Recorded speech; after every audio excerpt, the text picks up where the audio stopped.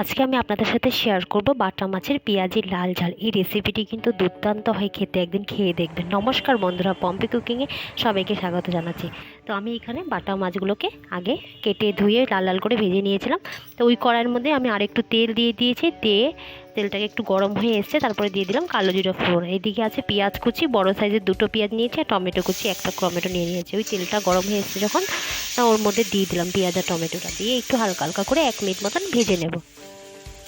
তো আমি দিয়ে দিলাম, আর পরে 2টো কাঁচা লঙ্কা মাঝখান দিয়ে চিড়ে দিয়ে এটাকে আর একটু ভেজে নিয়েছি। দেওয়ার পরে পরিমাণ মতন লবণ দিয়ে দিলাম, হলুদ গুঁড়ো পাউডার দিলাম, লঙ্কার গুঁড়ো পাউডার দিলাম, আর দিয়ে দিয়েছি জিরে গুঁড়ো পাউডার।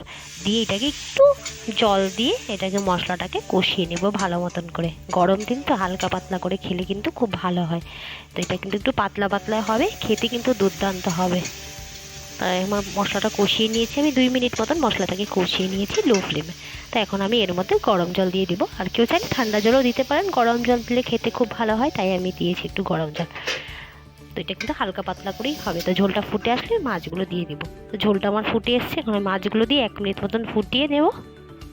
একটু ডিপ করে দিচ্ছি ঝোলটার মধ্যে মাছগুলো। তো একটু ফুটিয়ে নেব 1 মিনিট থেকে 2 মিনিট মতন, একটু ফুটিয়ে নিলেই হবে। ফুটানো হয়ে গেছে, এখন উপর দিয়ে আমি ধনেপাতা কুচি দিয়ে দিলাম। ব্যাস রেডি হয়ে গেলো। আমার চ্যানেল রেসিপিগুলো ভালো লেগে থাকলে লাইক শেয়ার অ্যান্ড সাবস্ক্রাইব করে দেবেন। এই রেসিপিটি কেমন লাগলো আমাকে কমেন্ট বক্সে জানাবেন please. Please like share and subscribe my channel. ভালো থাকুন, সুস্থ থাকুন, টাটা, লাভ ইউ অল।